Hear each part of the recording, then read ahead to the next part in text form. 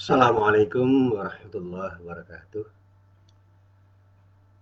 Alhamdulillah wa syukru lillah la haula wa la quwwata illa billah.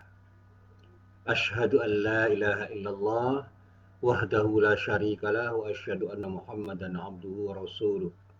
Allahumma salli wa sallim ala nabiyyina Muhammad wa ala alihi wa sahbihi wa man wala. Amma ba'd.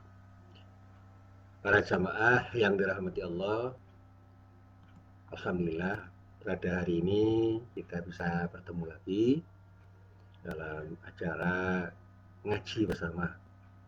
Dan Allah dalam acara ngaji bersama ini kita akan bisa mendapatkan hal-hal yang bermanfaat untuk hidup kita, dan mudah-mudahan kita selalu diberi kesempatan dan diberi kemudahan oleh Allah untuk menghidup kita ini dengan amal-amal soleh, dan begitu juga terhindar dari segala macam keburukan, segala macam hal yang menyakitkan, dan segala hal yang membuat kita itu jauh dari Allah Subhanahu wa taala. Amin. Para jamaah yang dirahmati Allah, hari ini saya akan sedikit mengulang apa yang dulu pernah saya sampaikan.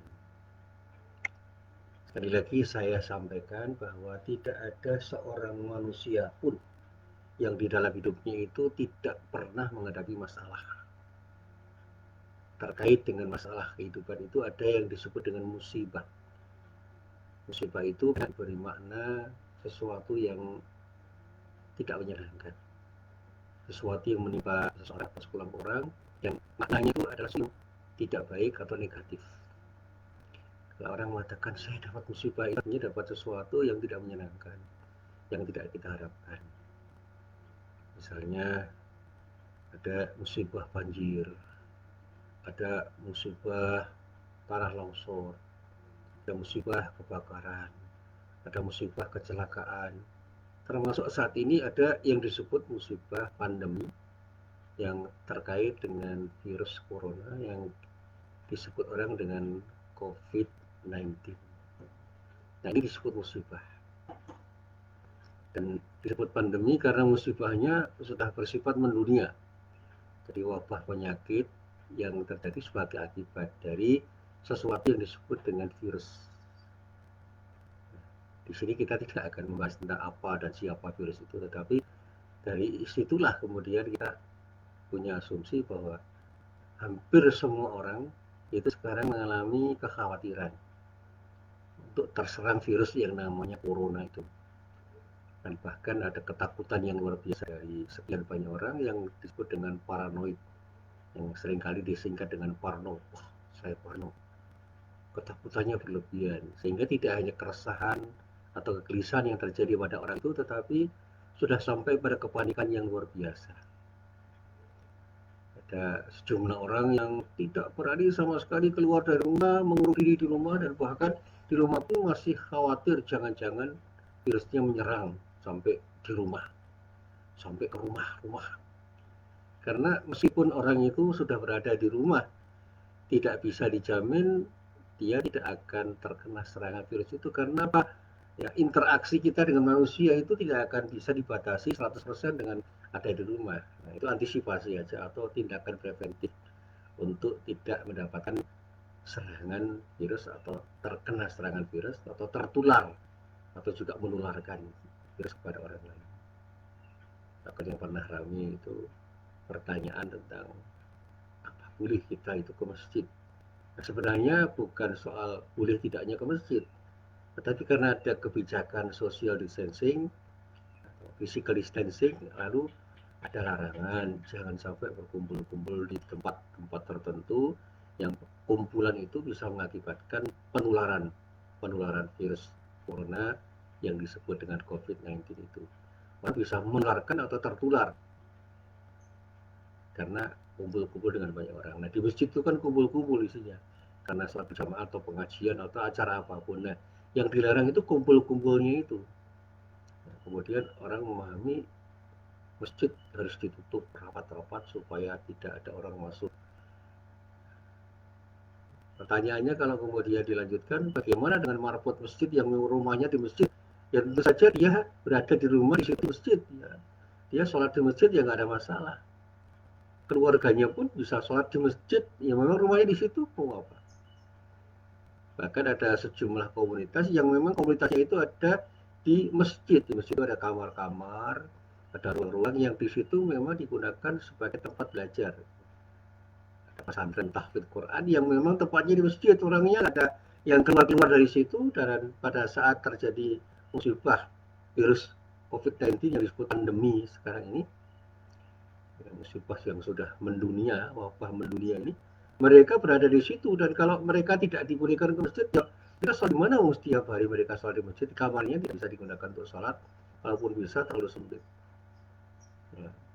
Mereka tidak dilarang di masjid karena memang rumahnya di situ, tetapi disarankan untuk tidak kumpul-kumpul dengan cara yang tidak berjarak, sehingga kebijakan social distancing atau physical distancing itu harus mereka pahami agar mereka bisa mengambil jarak dengan orang lain ketika berkumpul. Dan untuk mengantisipasinya supaya tidak saling menularkan, mereka diminta untuk menggunakan masker satu sama lain sehingga tidak ada peluang atau minimal mengurangi peluang untuk saling menularkan sesuatu yang disebut virus COVID-19 yang berakibat pada siapapun yang terserang itu terkena penyakit.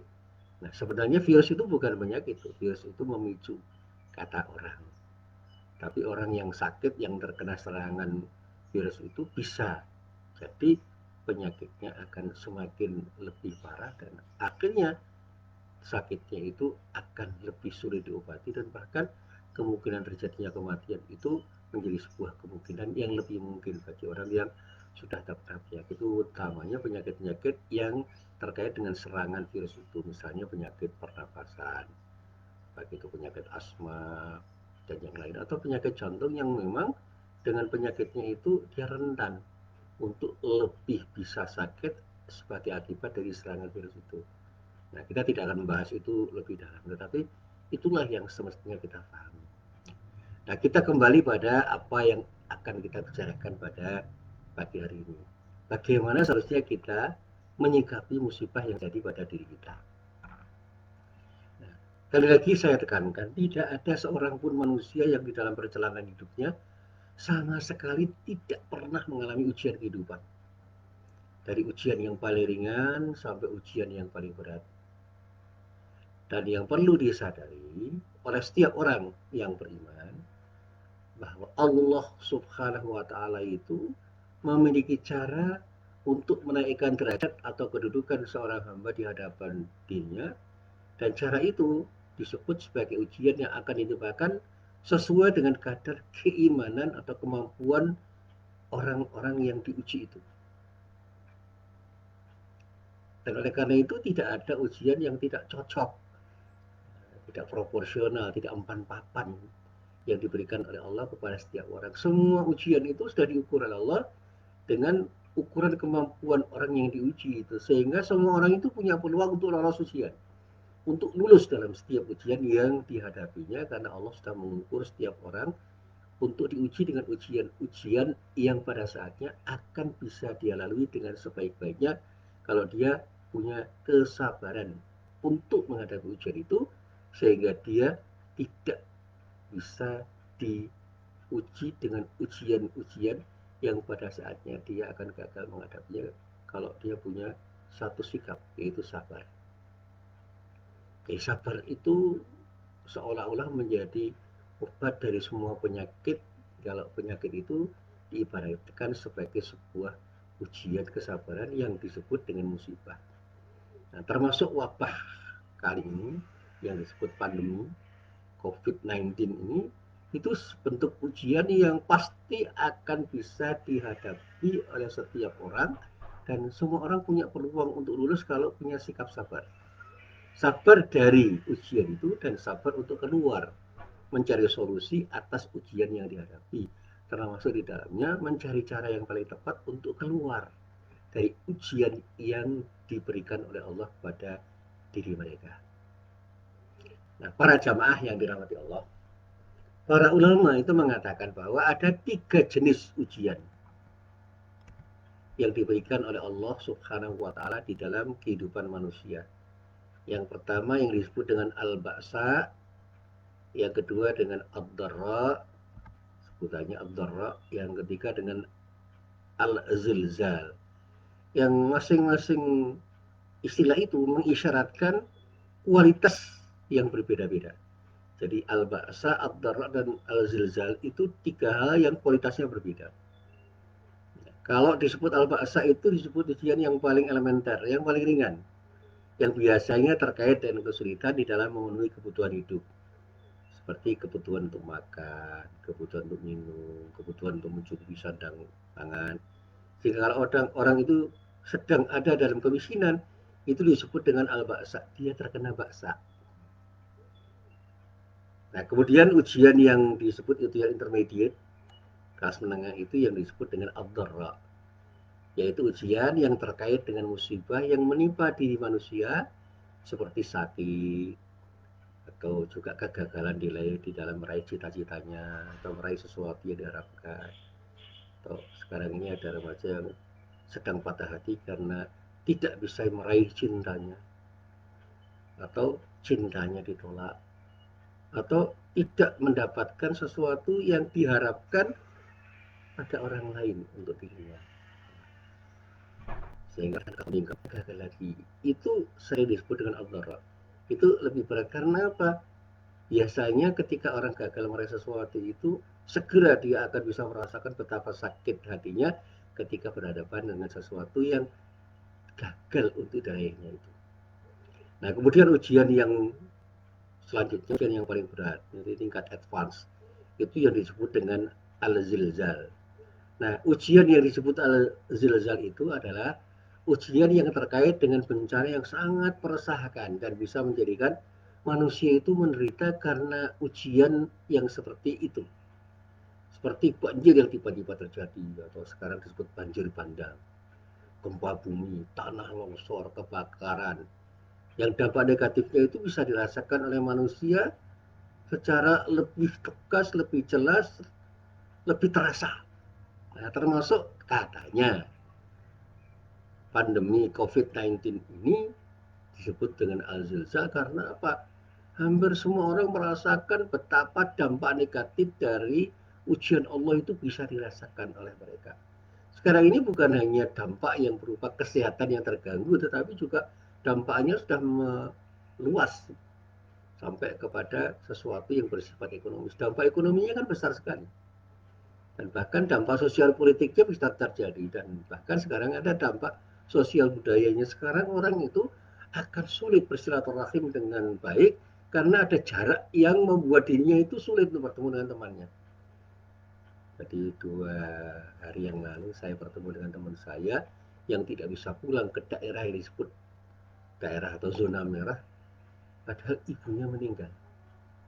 Dia tidak bisa pulang karena terkendala untuk datang ke tempat atau rumah ibunya yang meninggal itu. Dia hanya bisa mendoakan dan menyelamatkan di rumah, dan sampai hari ini setelah beberapa hari ibunya meninggal, dia belum bisa ke sana. Sebab kalau dia mau ke sana, izin untuk keluar dari kota di mana dia itu ada di Jakarta untuk menuju tempat itu memang perlu prosedur yang agak rumit. Kalaupun dia nekat pakai kendaraan pribadi, di jalan juga akan mengalami kendala. Sampai di sana belum tentu akan bisa ketemu dengan keluarganya karena dia harus diisolasi, dikarantina selama 14 hari efektif. Setelah itu dia bertemu dengan keluarganya setelah 14 hari dikarantina. Tempat karantina pun juga sulit bisa didapatkan. Nah, nanti setelah dikarantina ketemu dengan saudaranya, pulang ke Jogja itu juga akan kesulitan lagi karena begitu dia dari tempat yang disebut zona merah itu pulang ke Jogja belum tentu diterima oleh masyarakat, dan pada saat diterima pun dia harus menerima konsekuensi, harus dikarantina atau diisolasi selama 14 hari. Artinya dia sudah kehilangan waktu banyak untuk melakukan sesuatu, padahal dia itu bekerja setiap hari untuk mencari maisha, untuk mencari nafkah yang harus dia dapatkan untuk kehidupan keluarganya. Jadi bisa saja sebulan dia itu tidak bekerja hanya karena ingin melayat atau takziah ke rumah di mana ibunya meninggal. Padahal tidak lagi ketemu dengan jenazah ibunya, dan pada saat ketemu keluarganya pun ada jarak. Nah, itu yang disebut dengan al-zilzal. Ya, sangat meresahkan. Dan manusia itu merasa mendapatkan dampak negatif yang luar biasa dengan musibah atau ujian itu. Nah, para jamaah yang dirahmati Allah, kalau kita ini adalah orang yang beriman, jadi kalau kita orang-orang yang beriman ini sedang dibimbing oleh Allah menuju kedudukan yang tinggi atau lebih tinggi, maka kita harus sadar bahwa pada saat yang bersamaan kita tidak akan pernah sunyi dari rintangan-rintangan di sekitar kita. Bahkan semakin tinggi kedudukan kita, maka semakin tinggi pula ujian yang akan menimpa diri kita. Tetapi dengan bekal iman dan ketakwaan kita, insya Allah kita akan menemukan solusi atau jalan keluar atas persoalan yang kita hadapi. Dan akhirnya insya Allah kita pun akan bisa menjadi sang pemenang karena lulus dari ujian-ujian yang kita hadapi. Nah, para jemaah yang dirahmati Allah, disinilah kemudian saya tertarik untuk menelaah sebuah ayat yang terdapat di dalam surat Al-Baqarah ayat 214. Jadi ayat yang terdapat dalam surat Al-Baqarah ayat 214 itu bisa kita telaah untuk memahami ujian yang akan kita hadapi, yang sedang kita hadapi, yang telah kita hadapi, dan mencari solusi atas ujian yang kita hadapi itu. Di dalam ayat itu, jadi di dalam ayat ini dikatakan Allah berfirman, A'udzubillahi minasyaitonir Am hasibtum an tadkhulul jannata walamma ya'tikum matalul ladina khalau min qablikum massathumul ba'u wad-dharra'u wa zulzilu hatta yaqula ar-rasulu wal ladina amanu ma'ahu mata nasrullahi ala inna nasrallahi qarib. Yang kalau kita terjemahkan dengan sedikit agak bebas, di sini Allah berfirman, apa kamu ini mengira bahwa kamu akan begitu saja masuk surga, padahal belum datang kepadamu cobaan sebagaimana halnya cobaan yang telah menimpa orang-orang sebelum dirimu.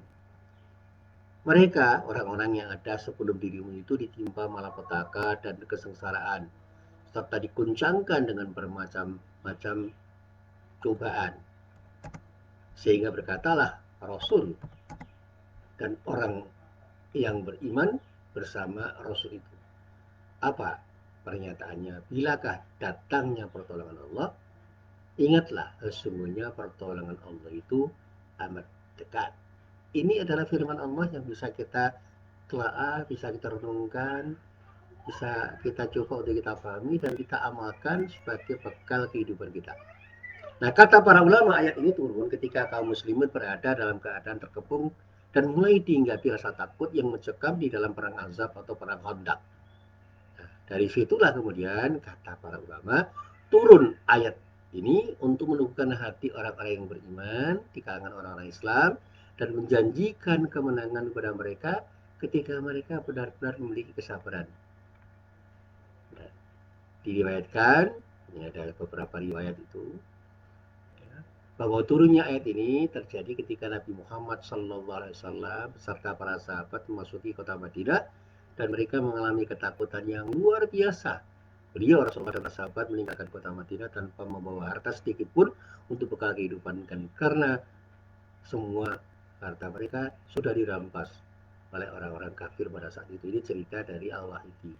Demikian Abdullah bin Ubay juga mengatakan begini, bahwa kaum muslimin ketika mereka gagal dalam perang Uhud, ya, ini kemudian mengalami persoalan yang berat. Sampai ada pertanyaan, sampai kapan kalian mengalami peperangan? Seandainya Muhammad seorang nabi, kalian tidak akan menghadapi tawanan dan pembunuhan. Lalu turunlah ayat ini. Jadi ini diriwayatkan dari sejumlah ulama terkait dengan ucapan Abdullah bin Ubay. Dan Abdullah bin Ubay itu kita kenal sebagai tokohnya orang-orang munafik yang bertanya kepada orang-orang yang beriman pada waktu itu, pada orang-orang Islam, sampai kapan Anda mengalami peperangan? Seandainya Muhammad seorang nabi, kalian tidak akan menghadapi tawanan dan pembunuhan. Ini kan pelecehan ayat ini. Nah, sini ada persoalan yang kemudian harus kita hadapi. Dan Disitulah ada kemiskinan yang bisa terjadi, ada kesulitan hidup yang dihadapi pada saatnya orang mengatakan ada sesuatu yang harus dihadapi oleh orang-orang yang beriman dengan sikap sabar. Baik dalam arti baksa, baik dalam arti dharra atau dalam arti zilzal. Nah, para jemaah yang dirahmati Allah, nah, kata sabar itu menjadi sesuatu yang penting karena kata sabar itu berarti sebuah kata yang mengisyaratkan bahwa kita harus berhadapan dengan situasi yang memang harus kita hadapi dengan keteguhan hati, dengan kesadaran bahwa itu tidak mungkin tidak kita hadapi dan pada saatnya kita harus mencari jalan keluar. Nah, disitulah kemudian para ulama mengatakan bahwa ayat ini adalah ayat yang sebenarnya menghibur Nabi Muhammad SAW dan sahabatnya karena mereka itu tengah mengalami sesuatu yang pada saatnya akan bisa mereka hadapi dengan baik ketika punya sikap sabar. Dan ketika mereka punya kesabaran, insya Allah semua akan bisa mendapatkan jalan keluar untuk bisa mendapatkan sesuatu yang lebih baik karena setiap musibah itu ada hikmah. Orang-orang yang beriman itu pasti akan bisa melewati setiap ujian yang dihadapi dengan kesabaran itu. Dan itulah yang selalu dikatakan dengan perkataan ala inna nasrallahi qarib. Tidakkah sesungguhnya Anda tahu bahwa pertolongan Allah itu sangat dekat? Maksudnya inilah jawaban bagi orang beriman yang kesabaran atau kerabatnya menjalani segala macam ujian yang harus dihadapi dan senantiasa dia bisa bersabar dan bertawakal kepada Allah dengan doa-doa dan upayanya yang terus dia lakukan sehingga Allah berkenan untuk memberikan pertolongan kepada mereka dengan segera karena Allah ridho terhadap apa yang mereka lakukan ketika mereka bisa melakukan dengan penuh kesabaran. Jadi sekali lagi mari jangan pernah kita risau dengan ujian yang kita hadapi. Hadapi semua ujian Allah dengan sikap sabar. Insya Allah kita akan keluar sebagai pemenang. Hadapi dengan kesabaran, dengan tetap berdoa dan berusaha agar Allah berkenan memberikan pertolongan atas diri kita. Insya Allah dengan sikap kita yang seperti itu kita akan selalu menjadi pemenang. Sekali lagi menjadi pemenang atas setiap ujian yang kita hadapi dan insya Allah segala macam ujian hidup yang kita terima dari Allah dimanapun dan kapanpun Allah akan memberikan jalan keluar. Setiap ujian itu adalah data dari Allah dan setiap orang yang diuji pasti akan mendapatkan solusi dari Allah Subhanahu wa taala. Nasrun minallah wa fathun qarib. Wassalamualaikum warahmatullahi wabarakatuh.